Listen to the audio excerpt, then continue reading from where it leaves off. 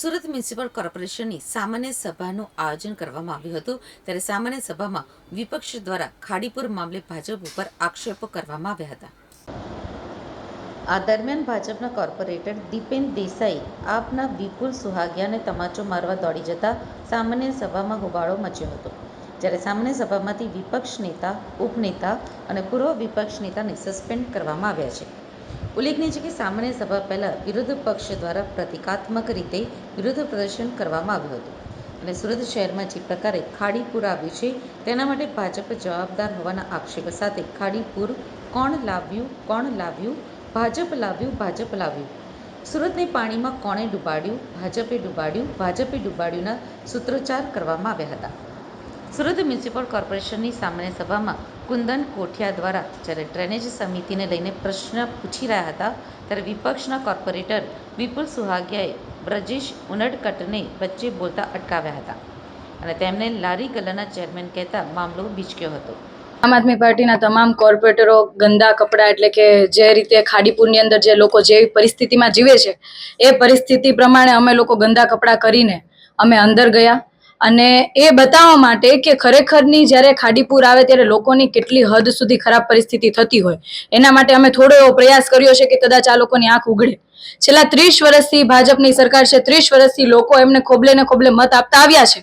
હજારો કરોડનું સુરત મહાનગરપાલિકાનું બજેટ છે, પરંતુ સુરત શહેરના લોકોને મળે છે શું? ગંદુ પાણી મળે છે પીવામાં, સારા રસ્તા નથી મળતા અને દર ચોમાસે ખાડીપુર અને પાણી ભરાવાના પ્રશ્નોની સામે જૂઝતા હોય છે। ખાડીપુર શબ્દ એકદમ નાનો લાગે, પરંતુ જેના ઘર પર વીતે છે એમને ખબર હોય છે। નાના નાના બાળકો અને મોંઘવારીની અંદર જે રોગચાળો પાછો ફાટી નીકળે અને રોગચાળાની સામે જે સામાન્ય માણસ ઝઝૂમતો હોય છે, સાથે ખાવાનું 2 ટકનું લઈને ખાતો હોય એવી પરિસ્થિતિમાં એમને ખાવાનું પણ મળતું નથી, નસીબ નથી થતું। ખાડીપુરની અંદર દર વર્ષે કોઈને કોઈ વ્યક્તિ પોતાનો જીવ ગુમાવે છે। આવી પરિસ્થિતિ દર વર્ષે નિર્માણ થાય છે, પરંતુ આ ભાજપની આખી નાટક મંડળી કે જે સામાન્ય સભા તરીકે નહીં, લોકશાહીની ઢબે જે પ્રમાણે ચાલવી જોઈએ એ પ્રમાણે નહીં, પરંતુ કહેવાય ને કે બાપ દાદાની પેઢી ચલાવતા હોય, કમલમની અંદર બેઠા હોય એવા પ્રકારના વલણો અમુક ભાજપના કોર્પોરેટરોના હોય છે। ખરેખર સુરત મહાનગરપાલિકાના પ્રશ્નો વિષય ઉપર ચર્ચા થવી જોઈએ, પણ આમાં તો આજે અમે જોયું કે મહિલાઓ ઉપર ગાળાગાળી થાય છે અને મેયરશ્રી બેઠા બેઠા જોવે છે।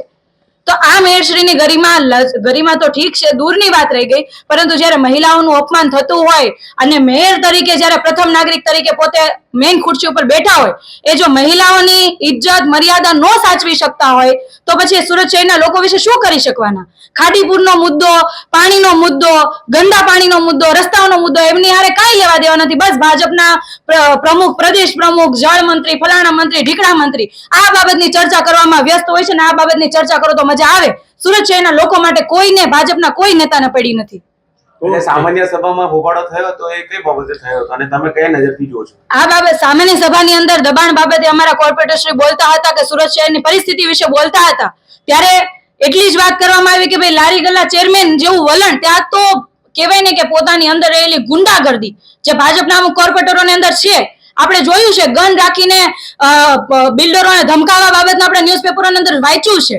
તમામ બાબતો જ્યારે આપણે પેપરમાં વાંચતા હોય ને રિયલ વાસ્તવિકતા છે સામાન્ય સભાની અંદર કે જ્યાં માર્શલોની ટીમની વચ્ચે પ્રથમ નાગરિકની વચ્ચે જો આવી ઘટના બનતી હોય ને ઉપરથી અમુક કોર્પોરેટરો દ્વારા મહિલાઓને, આમ આદમી પાર્ટીની મહિલાઓને ગાળાગાળી કરવામાં આવી, ગાળો આપવામાં આવી, છતાં પણ આ બાબતે મૌન હતા મેયર। એટલે આનો મતલબ એવો કે એમણે સ્વીકારી લીધું કે ભાઈ મારા પક્ષના સંસ્કારો આવા છે અને આવી રીતના જો સામાન્ય સભાની અંદર આ થતું હોય તો સુરત શહેરના લોકો સાથે શું ના થાય। જોકે મેયરે વિપુલ સુહાગિયાને 1 દિવસ માટે સસ્પેન્ડ કર્યા છે, જેને લઈને થોડાક સમય માટે સામાન્ય સભામાં વાતાવરણ ખૂબ જ ઉગ્ર બન્યું હતું। જોકે સામાન્ય સભામાં એટલા માટે ચર્ચામાં આવ્યો હતો કે થોડાક દિવસ પહેલા ભાજપ શહેરના કાર્યાલય ખાતે દીપેન દેસાઈ અને બ્રજેશ ઉનડકટ વચ્ચે ઉગ્ર બોલાચાલી થઈ હતી અને લારી ગલ્લા બાબતે જ બંને ભાજપના કોર્પોરેટરો ગંદી ગાળો એકબીજાને આપી બાખડ્યા હતા। ખાડીપુર મામલે સામાન્ય સભામાં વિરોધ કરતા વિપક્ષે કહ્યું હતું કે ભાજપ ટ્રિપલ એન્જિનની વાત કરે છે, પરંતુ અહીંયા તો અમારો અનુભવ એવો છે કે અહીંયા માત્ર ડબ્બાઓ છે, એન્જિન તો છે જ નહીં। જો એન્જિન હોય તો કામ થાય, પરંતુ કોઈ પણ પ્રકારનું કામ થતું નથી। એનો અર્થ એવો સ્પષ્ટ થાય છે કે અહીંયા માત્ર ડબ્બાઓ જ છે। આ મામલે મેયરે વિપક્ષને જવાબ આપતા કહ્યું હતું કે જે રીતે સુરત શહેરમાં ઐતિહાસિક વરસાદ થયો હતો, માત્ર 2 કલાકમાં 6 ઇંચ જેટલો વરસાદ પડ્યો હતો, આટલો વરસાદ વિશ્વના કોઈ પણ શહેરમાં પડે તો તે 10 દિવસ ઊભું થઈ ન શકે એટલા પ્રમાણમાં પ્રભાવિત થાય. તેની સામે સુરત માત્ર એક દિવસમાં જ રિસ્ટોર થઈ ગયું હતું. વરસાદ પડ્યાના ગણતરીના કલાકોમાં જ સુરત શહેરની સ્થિતિ પૂર્વવત થઈ ગઈ હતી, જેને લઈને વિપક્ષે કહ્યું કે તમે ખોટી વાતો કરો છો. વિપક્ષના કોર્પોરેટર દીપુ સુહાગિયાએ કહ્યું કે શાસકો અને અધિકારીઓની મિલીભગતના કારણે દબાણ કરવામાં આવ્યું છે. રૂપિયા ખાઈને દબાણ કરાવી દીધા અને હવે તેને દૂર કરવા માટે કરોડો રૂપિયાના ખર્ચા કરવામાં આવી રહ્યા છે. મશીનરી ભાડે લેવામાં આવી રહી છે. આ બધા ખર્ચ કોના પૈસે થઈ રહ્યા છે?